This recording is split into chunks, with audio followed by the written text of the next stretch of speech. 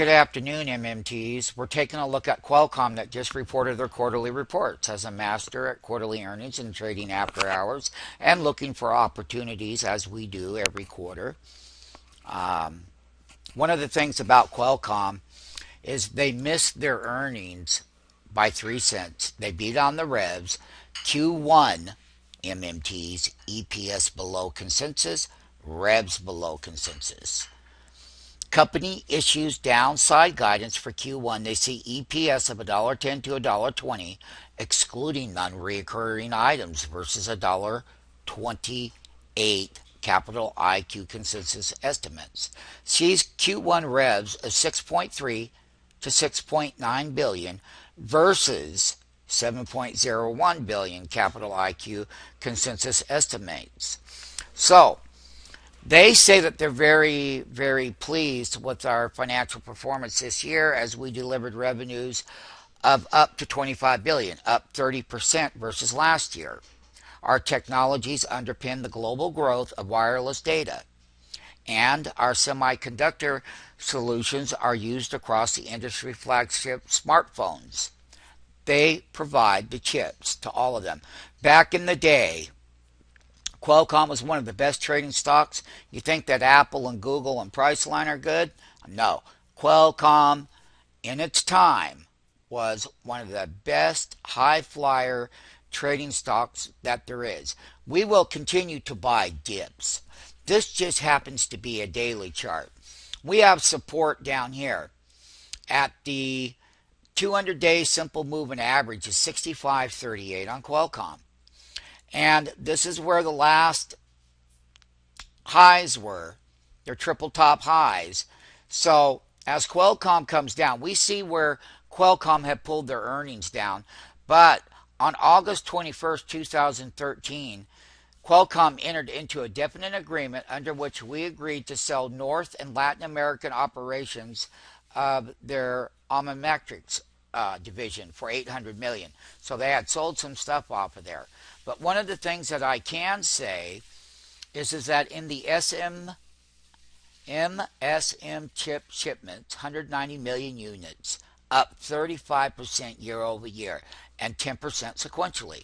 June quarter totaled reported device sales approximately 60.2 billion, up 29% year over year, 7% sequentially. June quarter estimates the 3G, the 4G device shipments approximately 260 to 264 million units at an estimate average selling price of approximately $227 to $233 per unit. Now, Qualcomm is going to be a leader. There is no one in the space that will beat Qualcomm. Buying dips, calendar 2014, even though that they've lowered those estimates, they like to give these downside guidances so that forward looking they'll beat those guidances. For longer term, Qualcomm will probably outperform the S&P next year as it will set up, because that smartphone, the technologies that they're going to be releasing, there isn't going to be anybody that can compare with Qualcomm. We're very much bullish on Qualcomm, and when Qualcomm has these little upsets during the quarterly earnings, down $2.20, I will show you what an after hours 30-minute chart looks like. You can see where the lows got down here to 66.25. The high up here prior to the where it started to fall down was 69.75. On a monthly chart, we can clearly see over here when Qualcomm was down here at 59.02. This was back in July of 2013 for the monthly one. That's where we really felt that that was a great buy.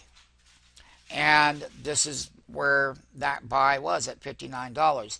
So once again, MMTs, it's good for intraday trading. It's good for buying longer term options. There are great setups that will happen on Qualcomm moving forward. Once again, we're going to conclude the after hours report. It will trade intraday. We will buy the dips, we'll sell it at resistance. Every time it comes down and hits support, we'll keep repeating that. We'll look at the option market for long term.